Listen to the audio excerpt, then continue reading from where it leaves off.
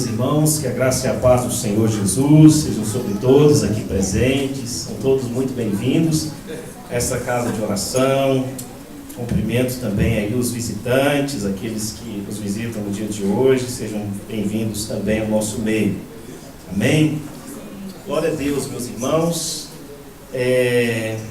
Vamos dar continuidade então ao tema iniciado domingo passado, sobre a consciência cristã. Como eu disse naquela ocasião, este é um tema que dificilmente a gente escuta muito, né, nos púlpitos das igrejas.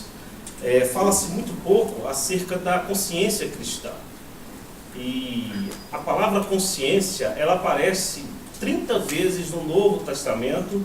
O apóstolo Paulo dá uma grande ênfase a este tema, faz parte realmente integra como uma característica do ser humano a consciência, e é sem dúvida nenhuma também um meio através do qual Deus se comunica conosco, fala conosco. Eu quero ler um texto da palavra de Deus antes de dar prosseguimento aqui ao tema. Está lá em 2 Samuel, você pode abrir a sua Bíblia, 2 Samuel, capítulo 12.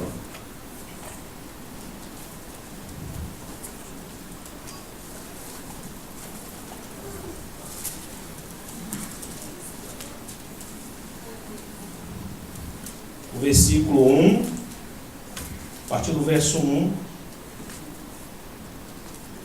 nós temos aqui a repreensão de Natã, do profeta Natã, ao rei Davi. Diz assim a palavra de Deus, 2 Samuel, capítulo 12, a partir do versículo 1.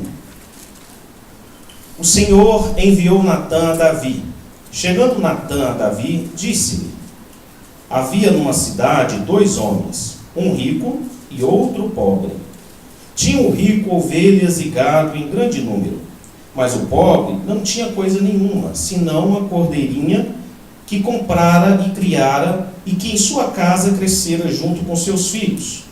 Comia do seu bocado e do seu copo bebia, dormia nos seus braços, e a tinha como filha. Vindo um viajante ao homem rico, não quis este tomar das suas ovelhas e do gado para dar de comer ao viajante que viera a ele, mas tomou a cordeirinha do homem pobre e a preparou para o homem que lhe havia chegado.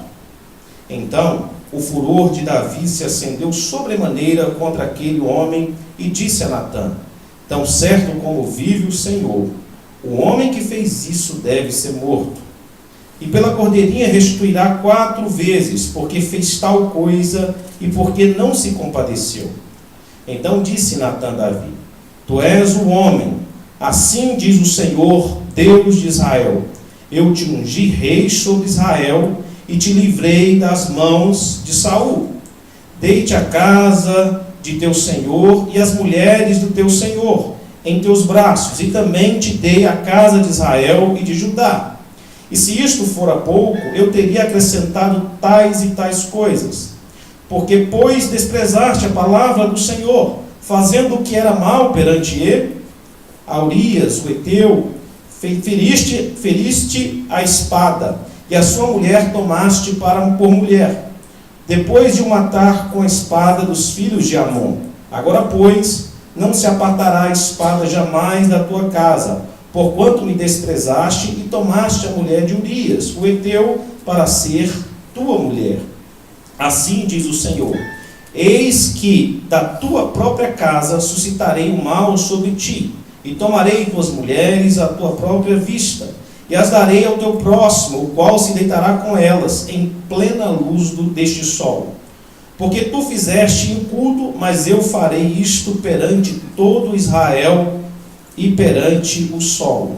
Então disse Davi a Natã: pequei contra o Senhor. Disse Natã a Davi: também o Senhor te perdoou o teu pecado, não morrerás. Mas posto que com isto, deste motivo, a que blasfemassem os inimigos do Senhor, também o filho que te nasceu morrerá.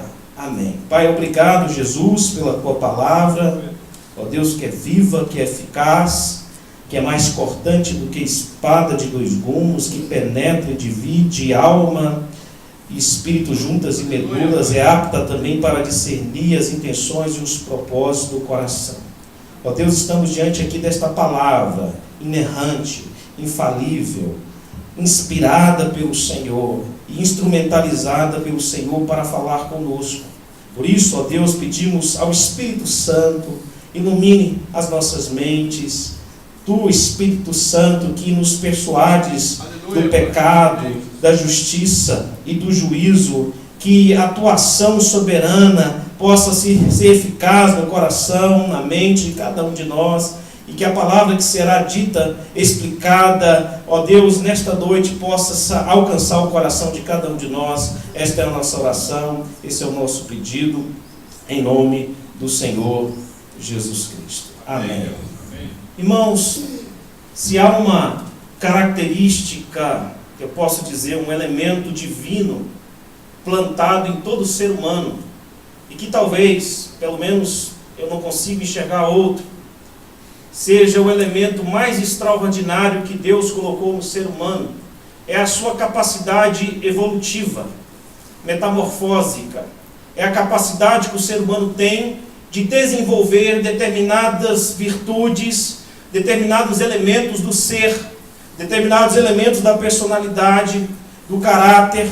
Isto é extraordinário.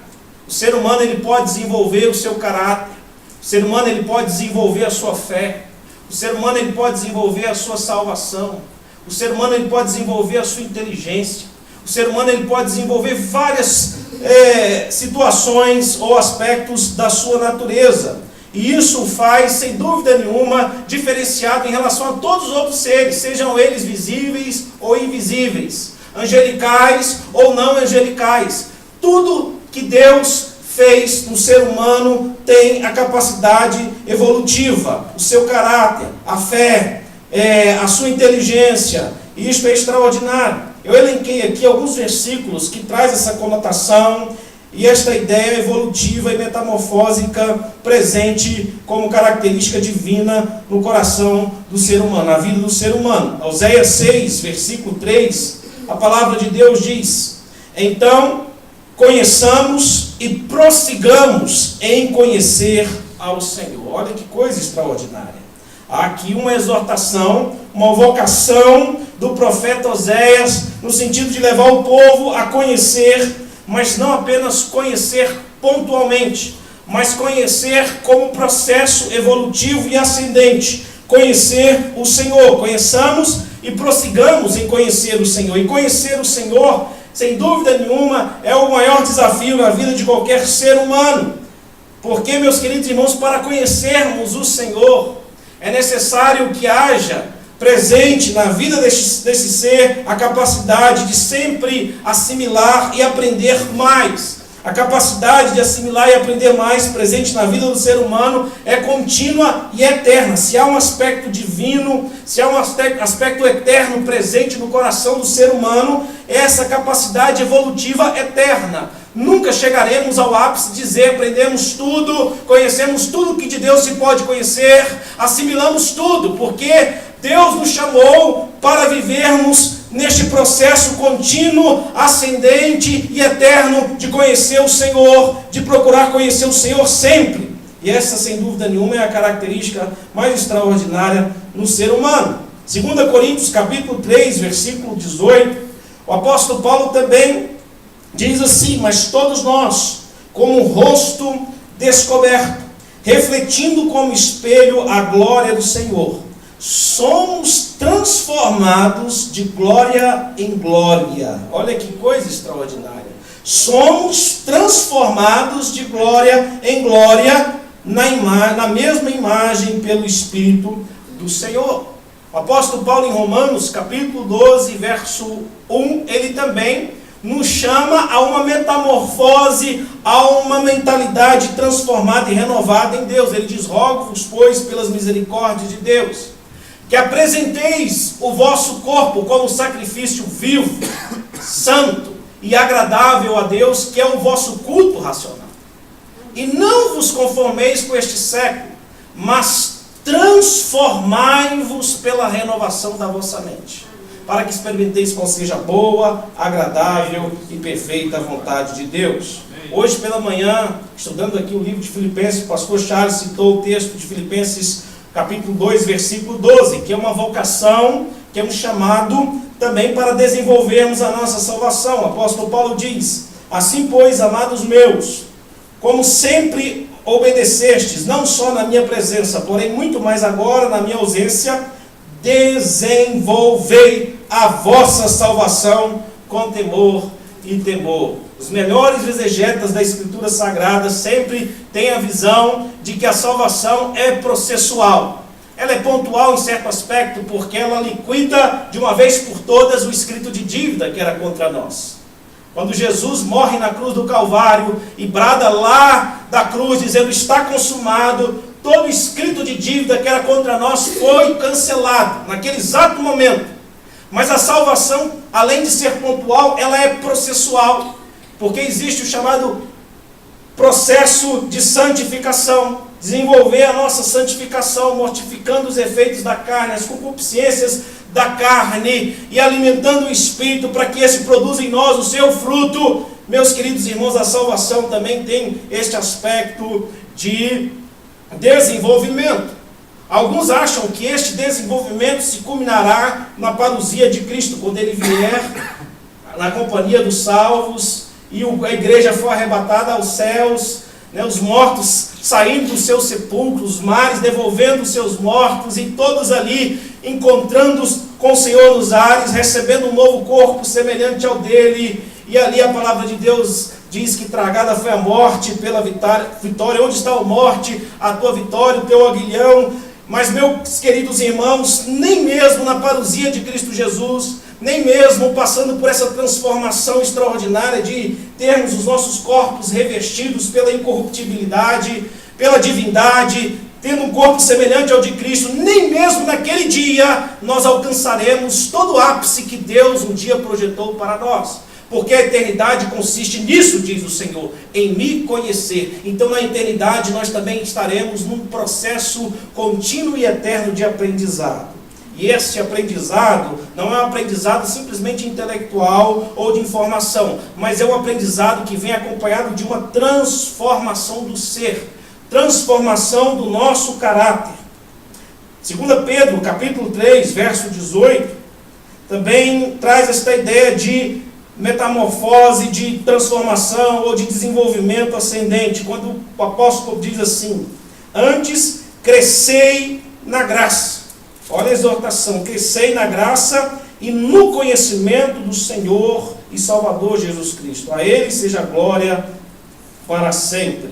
Ou 1 João capítulo 3, verso 1, quando o apóstolo diz: vede que grande amor nos tem concedido o Pai, a ponto de sermos chamados filhos de Deus, e de fato somos filhos de Deus. Por esta razão o mundo não nos conhece. Mas ele diz: mas ainda não se manifestou o que haveremos de ser. Sabemos que quando Ele se manifestar, seremos semelhantes a Ele, porque haveremos de vê-lo como Ele é. Então, meus queridos irmãos, o Novo Testamento, tanto o Novo quanto o Velho Testamento, está carregado de passagens que nos dá esta ideia de transformação sempre ascendente divina, de chamado, de vocação para crescermos em Cristo Jesus. E o desafio é extraordinário, porque Cristo é a meta. Aquilo que o apóstolo Paulo diz em Filipenses: uma coisa faço, esquecendo-me das coisas que para trás ficam, e avançando para as que diante de mim estão, prossigo para o alvo. Quem é o alvo? É Cristo Jesus. E ele diz lá mais à frente: não que eu julgue haver alcançado a perfeição, mas uma coisa eu faço, e ninguém alcança a perfeição. O sentimento de perfeição é aquele que te diz que você sempre deve avançar, que você sempre deve crescer, que você sempre deve conhecer um pouco mais e se deixar ser transformado por Deus. Porque esse é o nosso chamado. Aos que de antemão os conheceu, também os predestinou para serem conformes à imagem do seu Filho, Jesus Cristo. Este é o seu chamado, este é o meu chamado, nos tornar semelhantes a Cristo Jesus. Mas como eu posso me tornar semelhante a Cristo Jesus? Porque a palavra de Deus diz que Ele é a expressão exata do ser. Capítulo 14 do livro de João, o próprio Senhor Jesus diz a Filipe, Filipe, melhor dizendo, há quanto tempo estou convosco e não me teis conhecido? Quem vê a mim, vê o Pai. Não crer que eu estou no Pai, que o Pai está em mim, as obras que eu vos faço, não as faço por mim mesmo, mas o Pai que está em mim realiza as suas obras. Então, meus queridos irmãos, Cristo é o alvo, mas como nos tornar parecidos com Cristo Jesus, se Ele é a própria expressão do ser de Deus, Ele é o próprio Deus, é o Verbo encarnado, todas as coisas foram feitas por intermédio dEle, e nada do que foi feito se fez se não fosse por intermédio dEle. Agora, o que isso tem a ver com o nosso tema? Porque assim como o nosso caráter, ele se desenvolve a partir desta relação com Deus, com a sua palavra e com a pessoa gloriosa do Espírito Santo, assim também é em relação à nossa consciência. Assim também é em relação a esta capacidade de discernir o certo do errado.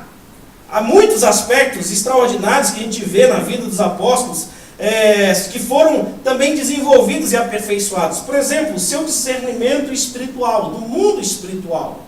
O discernimento do mundo espiritual é algo também que se pode desenvolver. Se assim não fosse, o apóstolo Paulo não teria nos convocado em Efésios capítulo 6, dizendo que a nossa luta não é contra a carne nem sangue, mas sim contra os principados, as potestades, contra os dominadores deste mundo tenebroso, contra as forças espirituais do mal. Então, meus queridos irmãos, sem dúvida nenhuma, nós podemos desenvolver e aguçar o nosso sentido espiritual para lutar contra as forças espirituais. Eu não estou dizendo aqui que nós precisamos nos tornar pessoas neuróticas, que vê demônio em tudo, que vê diabo em tudo, não é isso que eu estou falando. Mas é saber distinguir quando é ação de Deus, quando é ação do diabo, quando é um demônio que está agindo e quando é um anjo que está falando. Lá acontece isso lá, por exemplo, em Filipos, quando o apóstolo Paulo leva a palavra de Deus àquela cidade, e havia ali, diz o livro de Atos, o historiador Lucas, uma mulher que adivinhava, e ela tinha esta capacidade de adivinhar, de adivinhação, e gerava muito lucro aos seus donos, e Paulo então passando ali várias vezes para a sua rotina de oração, de dedicação, de comunhão com os irmãos, aquela mulher bradava em alto e bom som, dizendo: eis aí os homens de Deus que anunciam as obras, a mensagem da salvação, e aquilo aconteceu por alguns dias. Mas Paulo, então, munido desse discernimento aguçado do mundo espiritual, mesmo sabendo que o que saía da boca daquela mulher era verdade, ele sabia que aquilo que ela estava falando não vinha dela mesma, e nem de Deus, mas era de um espírito maligno. É desse discernimento que eu estou falando, a capacidade de discernir. Isso também pode ser trabalhado, isso também pode ser desenvolvido. O fruto do Espírito, a carne luta contra o Espírito contra a carne, são opostos entre si, para que não façais o que porventura seja do vosso querer. E a palavra de Deus diz: mortificai os efeitos da carne, crucifique a carne, pende para o Espírito, semeia para o Espírito, porque aquele que semeia para a carne colhe corrupção, aquele que semeia para o Espírito colhe vida. Nós somos chamados para uma missão, meus queridos irmãos, evolutiva. Agora, se eu posso evoluir para mais, evidentemente também que eu posso evoluir para menos. Assim como o meu caráter paulatinamente pode se tornar parecido com o de Cristo Jesus, degradativamente ele pode se tornar também parecido com o diabo. Assim como o meu discernimento pode se evoluir para discernir o mundo espiritual, ele pode se embotar e pode se endurecer. Assim como a minha fé pode se desenvolver a ponto do próprio Cristo dizer: se vocês tiverem fé como um grão de mostarda, direis a este monte, lança-te, e ele se lançará. Assim também a minha fé pode se minguar e até mesmo apagar. Porque na vida da gente tudo acontece assim, ou para mais ou para menos. Ser humano nenhum tem a capacidade de viver estática. Nenhum. Ou você está num caminho ascendente de conhecimento de Deus, ou você está num caminho descendente, longe de Deus. Não há possibilidade de vivermos uma vida indiferente, apática, estática, porque somos chamados para caminhar. E a vida cristã é um caminho. Por isso que a palavra de Deus diz que os discípulos são chamados os do caminho. Estamos caminhando.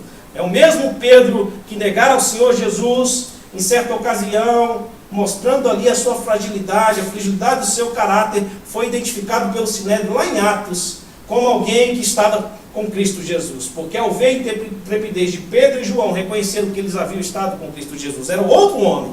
era outra circunstância. Aquele que está em Cristo Jesus é nova criatura, as coisas velhas se passaram, eis que tudo se fez novo. A palavra de Deus está recheada de mensagens neste sentido. Mas voltando aqui para o foco do nosso tema, a consciência, meus queridos irmãos, assim como o caráter, assim como a fé, assim como o amor é o fruto do Espírito, assim como o discernimento espiritual, ela também pode evoluir, ela também pode crescer, e ela pode se tornar numa boa consciência, uma consciência pura, numa consciência sensível ao toque do Espírito, uma consciência forjada pela palavra de Deus. É fato que todos nós já nascemos com uma lei universal, uma lei moral de Deus imprimida nos nossos corações. Mas esta consciência, ela pode ser aperfeiçoada pela palavra de Deus, ela pode ser aperfeiçoada pela comunhão dos santos, ela pode ser aperfeiçoada pela oração, ela pode ser aperfeiçoada pelo jejum. Deus nos deu meios extraordinários para desenvolvermos o nosso caráter, a nossa fé e também a nossa consciência. De posse desta introdução, vamos ler o texto da palavra de Deus que está lá em Timóteo capítulo 1, versículo 19. Eu vou pedir ao irmão que leia para mim, em alto e bom som, 1 Timóteo capítulo 1, verso 19.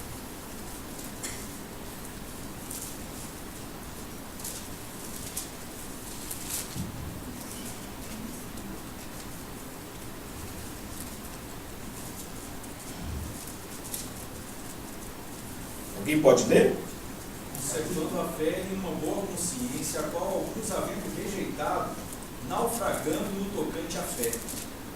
Olha só, alguns havendo rejeitado, negligenciado este meio através do qual Deus se revela e Deus fala conosco.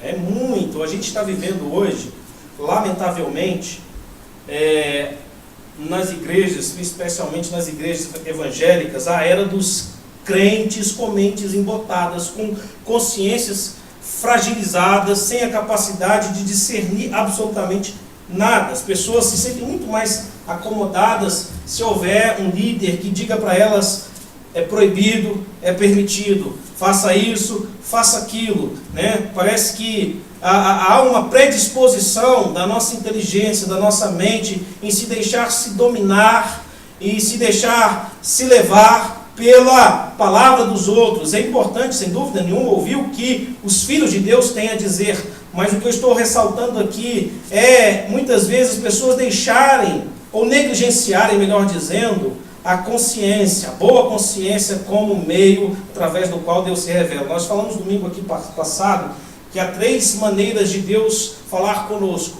Ele fala através da fonte primária, que é a palavra de Deus, e ela é inerrante, e ela é infalível, ela é inspirada por Deus. Não tem como você ler as Escrituras Sagradas, especialmente o Novo Testamento, que é mandamento de Deus para a igreja, e chegar à conclusão, dizendo: a palavra pode ter errado. Não, a palavra jamais erra, porque ela é infalível, ela é inerrante. Amém. Né? Mas não só a palavra, outro meio através do qual Deus se revela a nós é pelo Espírito, porque a todas as coisas o Espírito revela, até mesmo as profundezas de Deus, diz lá 2 Coríntios capítulo 2, versículo 9. E através também, outro meio que Deus fala através, né, dele ao seu povo é pelo irmão. A palavra de Deus diz que nós devemos nos exortar mutuamente, aconselhar-vos mutuamente. Então, Deus usa o irmão para falar conosco. E por último, a consciência. Estes 2 primeiros, meus queridos irmãos, meios através do qual Deus fala conosco, é impossível chegarmos à conclusão que é um meio que pode falhar, que é a palavra de Deus e o Espírito de Deus. Quando a palavra de Deus fala, não é possível a palavra de Deus falhar. Quando o Espírito de Deus fala, não é possível o Espírito de Deus falhar. É provável que talvez alguém fale a você e te dê um conselho e erre nesse conselho. E é provável também que você, consultando a sua consciência, ache que aquilo que a sua consciência esteja dizendo é de fato a vontade de Deus, quando na verdade é a sua própria vontade. Por isso, que é importante, eu ressalto aqui, a necessidade de desenvolvermos a consciência, porque a consciência é passível de falhar. A palavra de Deus não, mas a consciência sim. Né? O Espírito de Deus não, mas a consciência sim. E é importante termos consciências desenvolvidas, consciências alimentadas e talhadas, forjadas pela palavra de Deus e pelo Espírito Santo, já que ela tem essa característica. Agora, meus queridos irmãos, o texto aí diz, mantendo a fé e a boa consciência. Porquanto alguns, tendo rejeitado a boa consciência, vieram a naufragar na fé. A consciência ela é de uma sutileza extraordinária. Embora ela tenha essa capacidade metamorfósica de desenvolver, de crescer, mas ela também pode se perder a qualquer momento, se nós não dermos o devido valor a ela e ouvir o que ela tem a dizer. E este texto que nós lemos aqui em Samuel, capítulo 2, 2 Samuel, capítulo 2, mostra perfeitamente bem isso.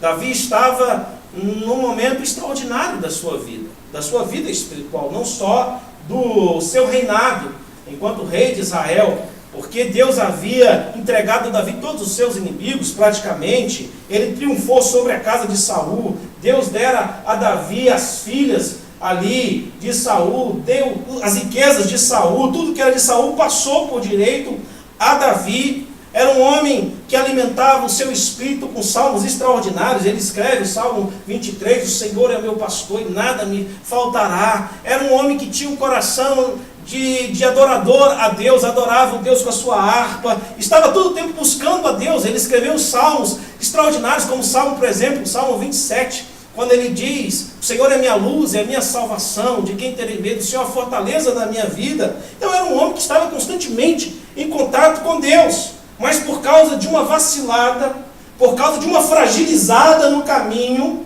a sua consciência se embotou e se cauterizou, a ponto de Deus ter que suscitar o profeta Natã para abrir os olhos de Davi.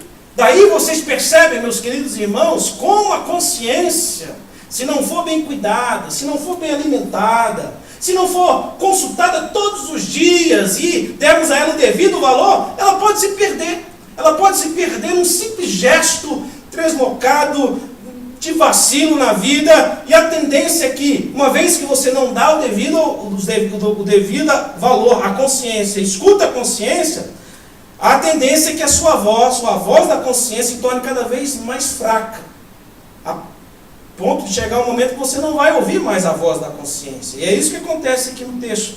Mantendo a fé e a boa consciência, um trabalho, ou seja, a palavra manter aqui nos traz esta ideia de me esforçar diariamente, continuamente, para manter a fé e a boa consciência, porque tanto a fé e a boa consciência precisam ser desenvolvidas e preservadas, porque a negligência em relação à fé e à boa consciência levará o indivíduo a naufragar na fé, diz o texto, e Davi naufragou na fé.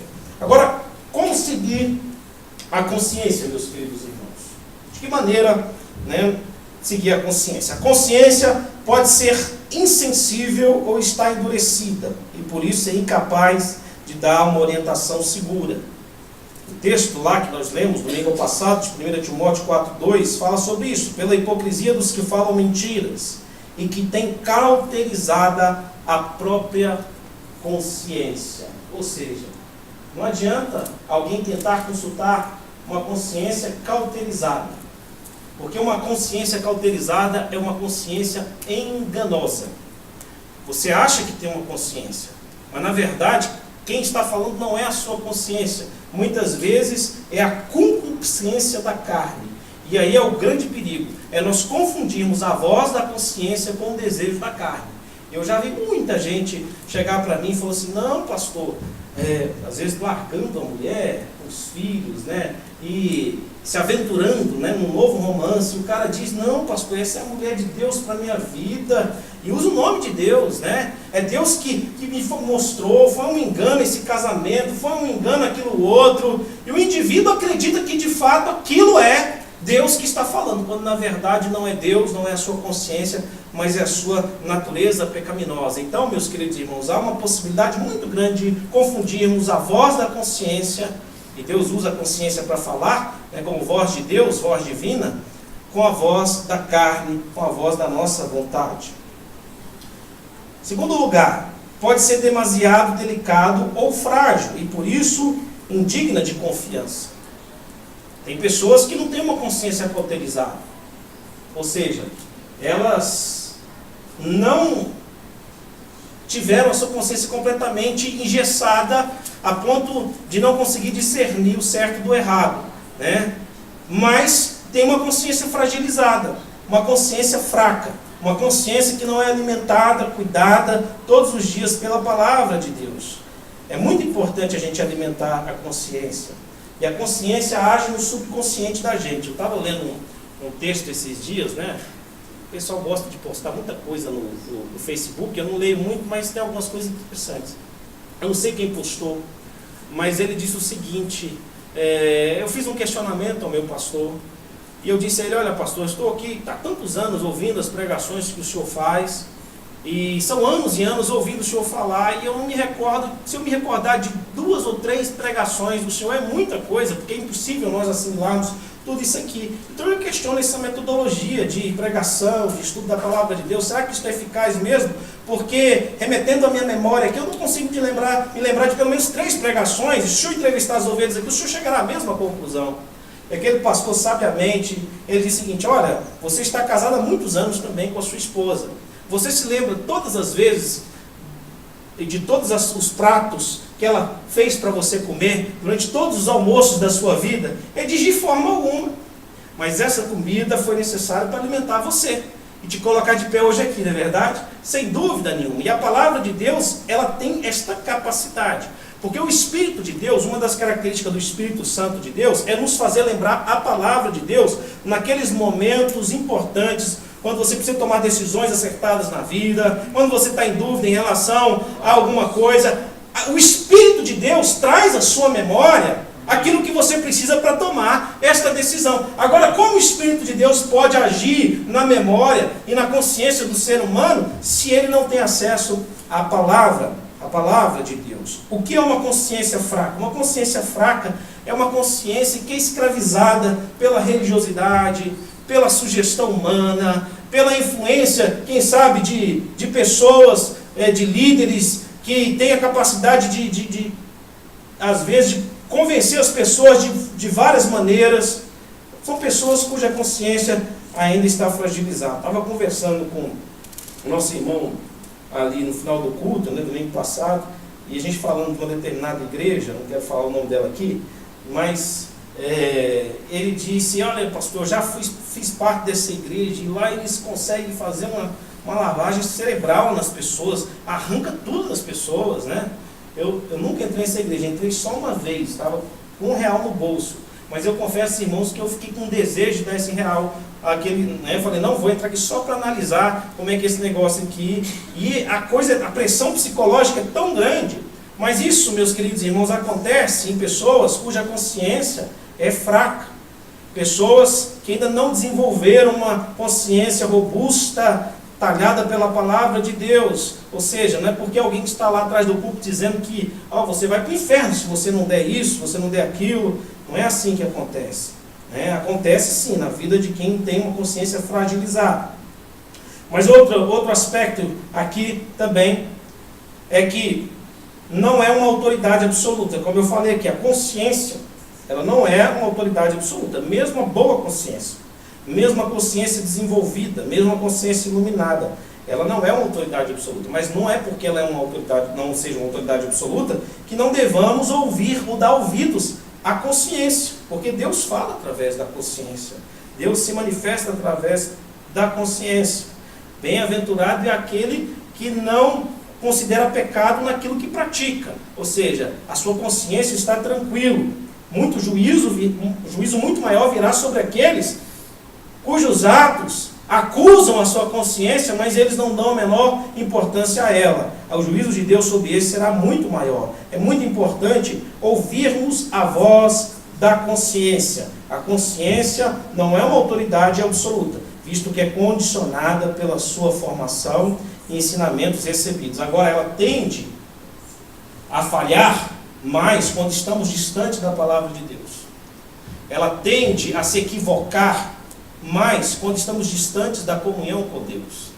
Ela tende a nos enganar mais quando estamos longe da comunhão com os santos, porque Deus usa sempre a palavra e a igreja com os seus membros para falar conosco. E o Espírito de Deus Mas à medida que eu me distancio da palavra, à medida que eu me distancio do Espírito de Deus, da comunhão, essa consciência se torna passível, mais passível de falhar. Agora, à medida que eu me aproximo da palavra, à medida que eu medito na palavra de dia e noite, como diz o Salmo 1, né? Quando ele diz, antes o seu prazer está na lei do Senhor, e na sua lei ele medita de dia e de noite. Ele será comparado a uma árvore frutífera, né? Plantada às correntes de água, que no devido tempo dá o seu fruto e cuja folhagem não murcha. Então, ou seja, o indivíduo com a mente fortalecida pela palavra.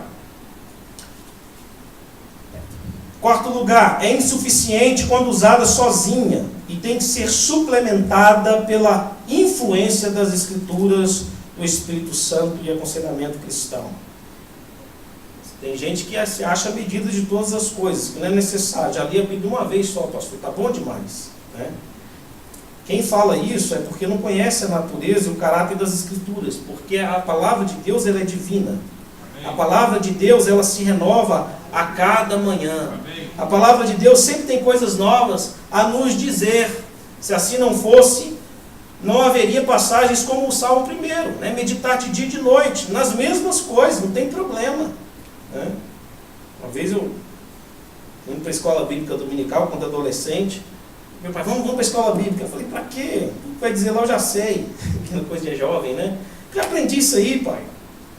Eu falei, meu filho, você não aprendeu ainda, porque se você tivesse aprendido, você não faria esse tipo de pergunta. Quem aprendeu de verdade sabe que a fonte das Escrituras Sagradas é inesgotável. E Deus fala de várias formas e de várias maneiras através do mesmo texto. E Ele fala, e continua falando, meus queridos irmãos. Então, a nossa consciência ela precisa ser suplementada pela influência da Escritura e do Espírito Santo. Isso é coisa séria. Isso é coisa séria, né?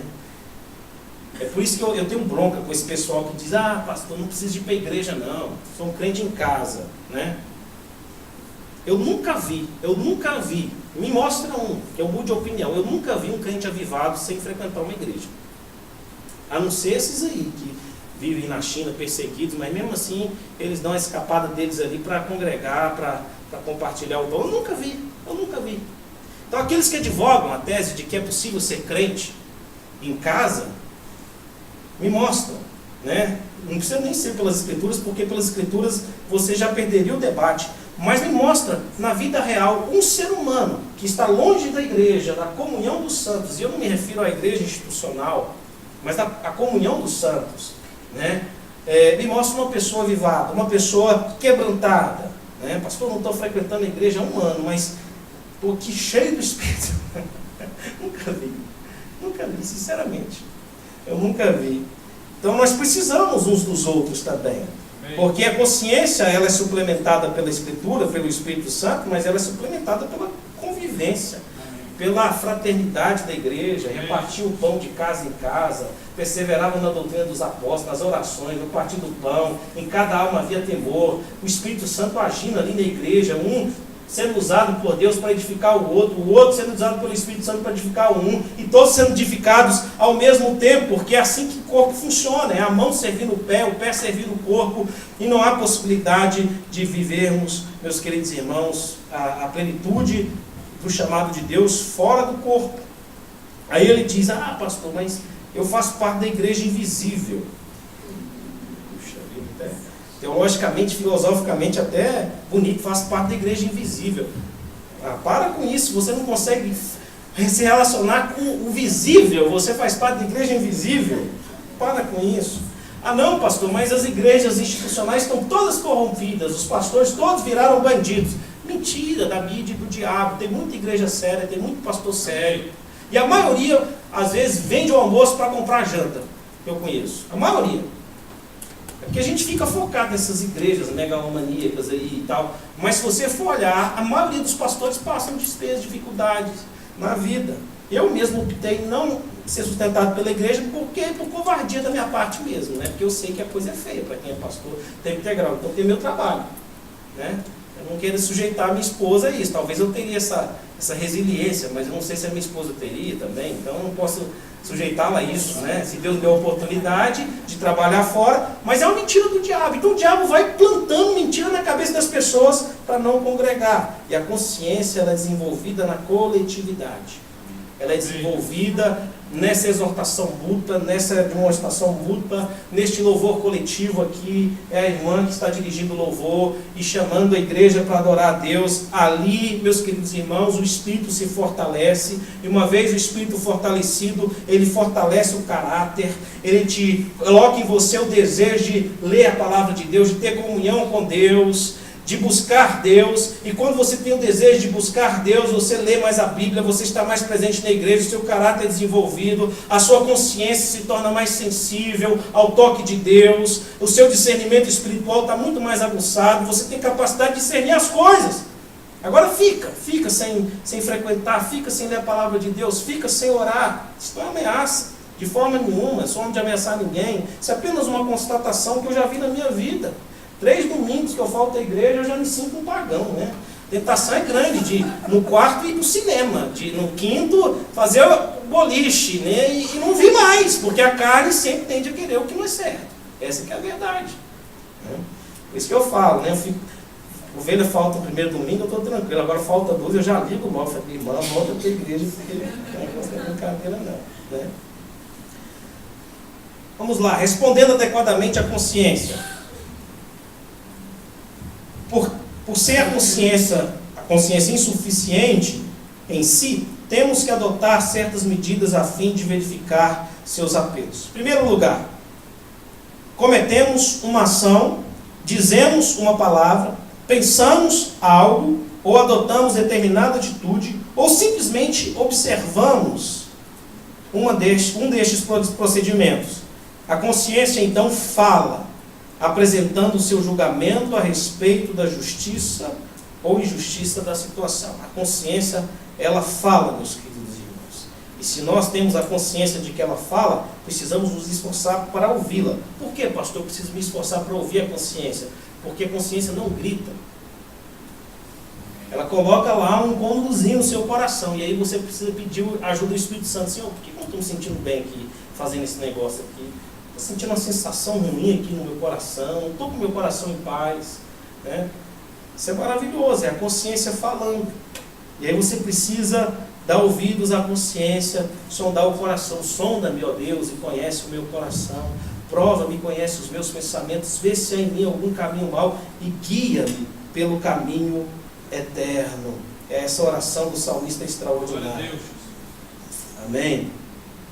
Neste ponto, devemos ser tentados a analisar a situação. Olha só, ninguém gosta, né, de pensar, analisar a situação, com a nossa mente e agir de acordo com a nossa vontade. Esta é a abordagem errada. O próximo passo deve ser examinar as Escrituras, a fim de ver o que dizem a respeito do problema. Mesmo quando a Bíblia não fala diretamente sobre ele, precisamos ler e estudar regularmente a Bíblia, a Escritura, a fim de que o Espírito Santo possa usá-lo a nos orientar. Irmãos, a Bíblia, ela não fala sobre tudo, mas ela te dá tudo, te dá o suficiente para você lidar com todas as demandas da vida. Ela não fala sobre tudo expressamente, mas implicitamente há valores, há princípios, há verdades que te ajudarão a tomar decisões acerca de situações que não estão previstas na Bíblia. Tem gente, por exemplo, que fala, pastor, mas a Bíblia, ela não fala nada sobre o aborto, não fala nada sobre a camisinha, não fala nada sobre essas coisas. Aí o camarada pensa o seguinte, né, sobre a camisinha, né? A camisinha é o seguinte, sexo só dentro do casamento. A palavra de Deus é contundente e categórica sobre isso. Mas eu tenho para mim que o indivíduo que não usa a camisinha, ele peca 2 vezes.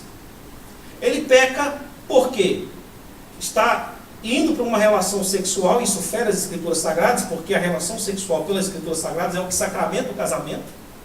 Deixa pai e mãe, une-se a uma só mulher, diz a palavra de Deus, e o sexo é o que consagra e sagra a relação dos dois. Por isso que a palavra de Deus dá muita importância à questão da relação sexual, porque é uma união de corpos. O sábio diz, né, que se você pratica sexo ou vai para a cama com uma prostituta, você se torna um só com ela. Essa é a palavra de Deus que diz. Que o casamento tem esse poder espiritual, não é só uma questão carnal. Existe um fenômeno espiritual por trás da relação sexual que tem essa capacidade de unir espíritos, tornando-se ambos uma só carne. Então, quando você pratica a relação sexual fora do casamento, você está pecando contra a palavra de Deus. Agora, quando você pratica a relação sexual fora do casamento e sem usar a camisinha, é um crime de irresponsabilidade. Eu vejo dessa forma, né? Eu, pelo menos, fui educado assim. Minha mãe chegava para mim e falava o seguinte: olha, é errado. Meu pai também é errado. Mas se você errar, pelo menos não é tão grave assim. Eu falo as coisas rasgadas aqui, desculpa. Mas está errado. Isso não é um incentivo. Não é incentivo. Eu não sou, por exemplo, como alguns pastores que incentivam o uso da camisinha. Não penso dessa forma. Acho que o casamento tem que ser, a relação sexual tem que ser dentro do casamento. Mas o não usar a camisinha é uma responsabilidade muito grande. Que a pessoa pode se engravidar. Olha a dor de cabeça que vai ser, né? Então tem coisas que não está na Bíblia, mas de bom senso. Agora nem todo mundo tem uma consciência forte para ouvir o que eu falei aqui. Tem gente que vai falar: pastor, esse pastor está meio liberal. Não, eu sou a favor da relação sexual dentro do casamento, né? Em nome de Jesus, não me entenda mal, por favor. 4. Devemos buscar o aconselhamento de um amigo cristão.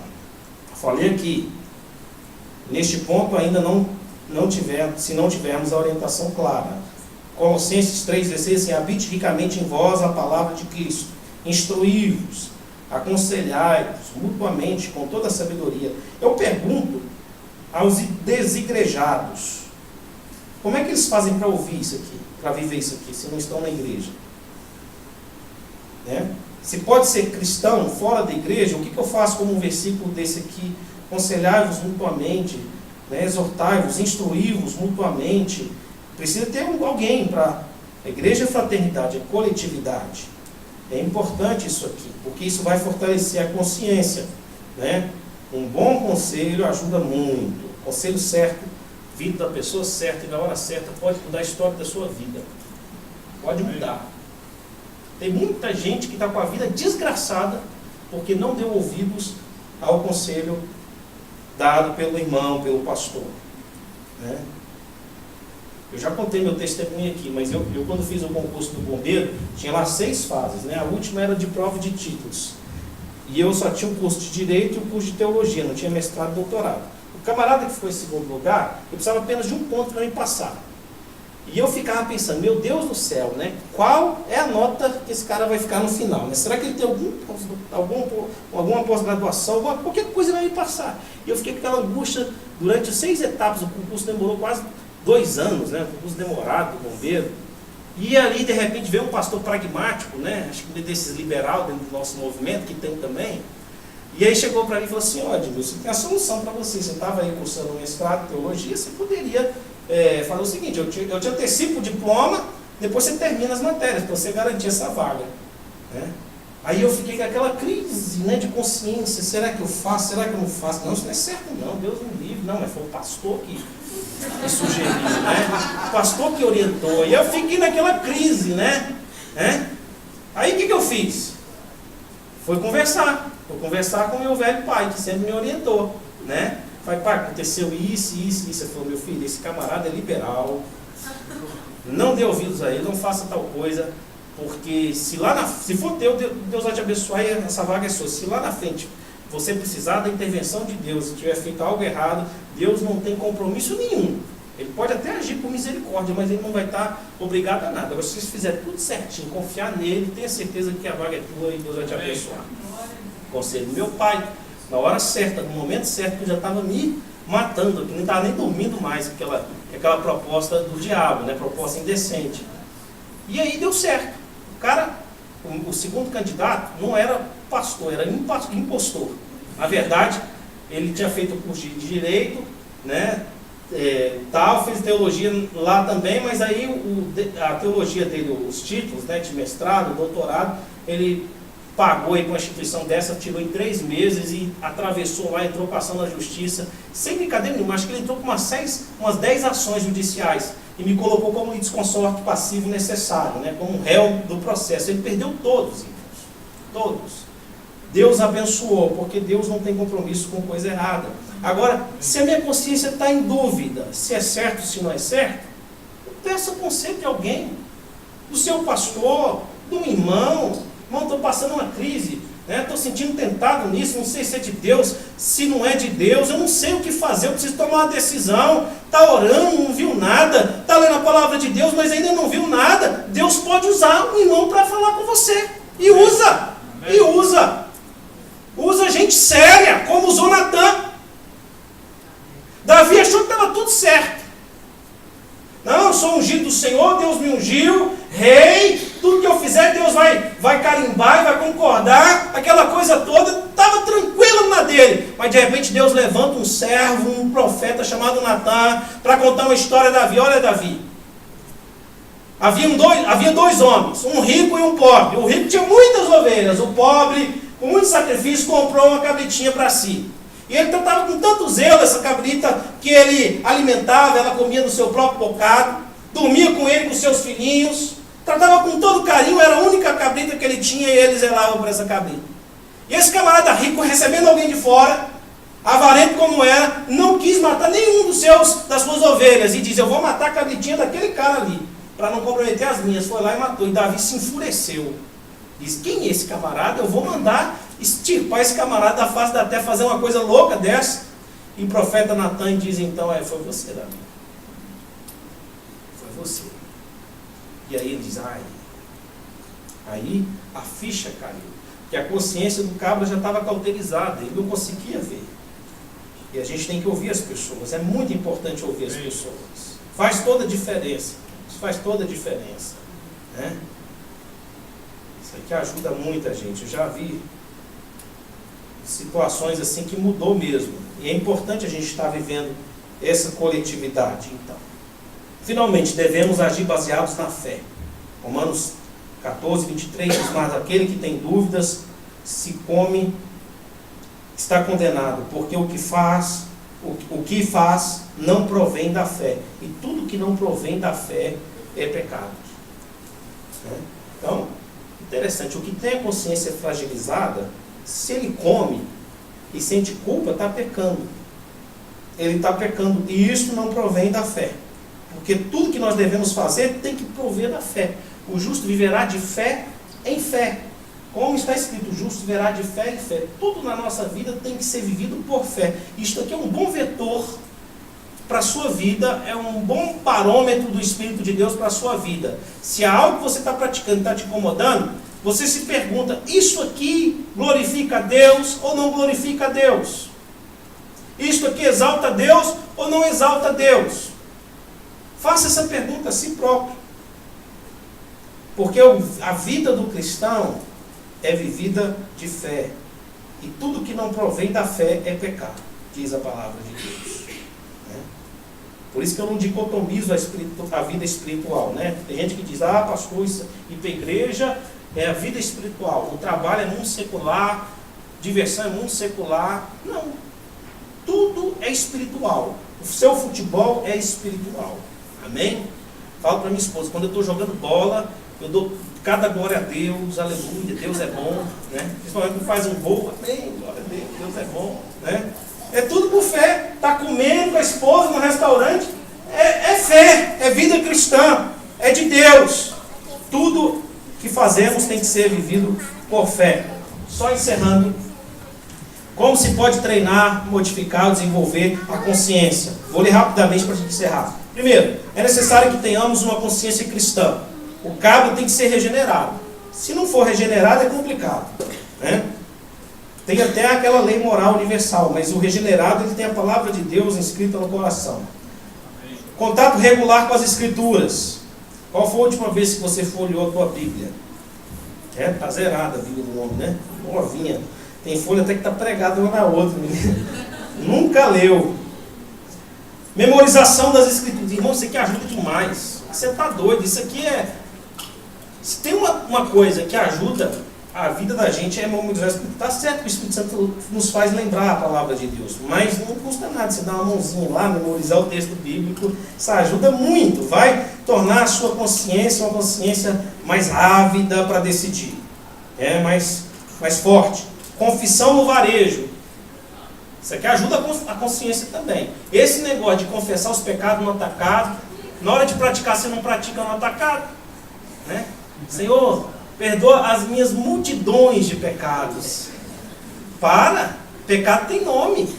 E você precisa falar o nome do pecado.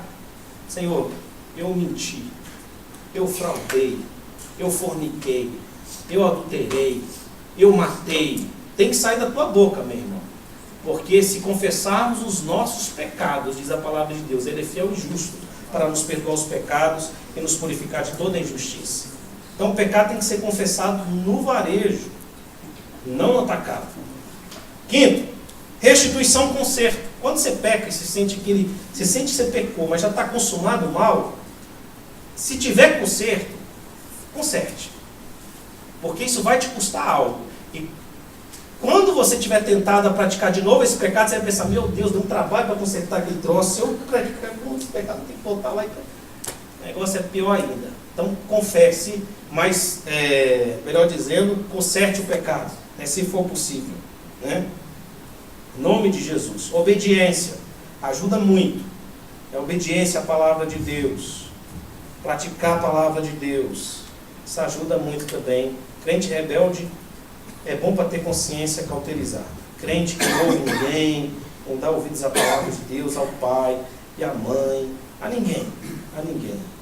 Vamos ficar em pé, vamos orar. Quero orar por você. Terminamos o estudo sobre consciência aqui, depois eu posso disponibilizar o estudo aí para você no e-mail, se você quiser. Bem? Mas eu quero orar nesta hora. Perguntar a você, como é que está a tua consciência? A tua consciência é uma consciência boa, pura, leve? Ou ela é uma consciência má? Ou ela é uma consciência fraca? Ou ela é uma consciência cauterizada? Em que estado está a tua consciência? Você tem tido o hábito de ouvir a voz da tua consciência? Você crê que Deus usa a tua consciência para falar com você? Você tem dado o devido valor à sua consciência a ponto de alimentá-la com a palavra de Deus, com comunhão com os irmãos, com oração? Como é que está a tua consciência? Talvez haja pessoas aqui no nosso meio cuja consciência esteja imprimindo a culpa, por algum ato que você cometeu. Mas eu tenho boa nova para você. A palavra de Deus diz que se confessarmos os nossos pecados, Ele é fiel e justo para nos perdoar os pecados e nos purificar de toda injustiça. Quando Deus te purifica dos pecados, Ele torna a tua consciência também pura. Ele não purifica só o teu coração, Ele purifica a tua consciência. Por isso não há nenhuma condenação para aqueles que estão em Cristo Jesus, diz a palavra de Deus. Deus pode te perdoar esta noite. Talvez haja pessoas no nosso meio que um dia brigou com o papai, com a mamãe, nunca mais voltou para a casa do papai e da mamãe. Mas a consciência está lá todos os dias dizendo, olha, reconcilia, seja humilde, volte atrás, conserte isso, em nome de Jesus. Quem sabe pessoas que têm vivido uma vida de fornicação, não sei, de pecado. Outros que subtraiu para si coisa alheia. E às vezes você olha para aquele objeto e o Espírito de Deus te fala, devolve, não é teu. A consciência está falando, o Espírito de Deus fala através da consciência. Quero orar por você.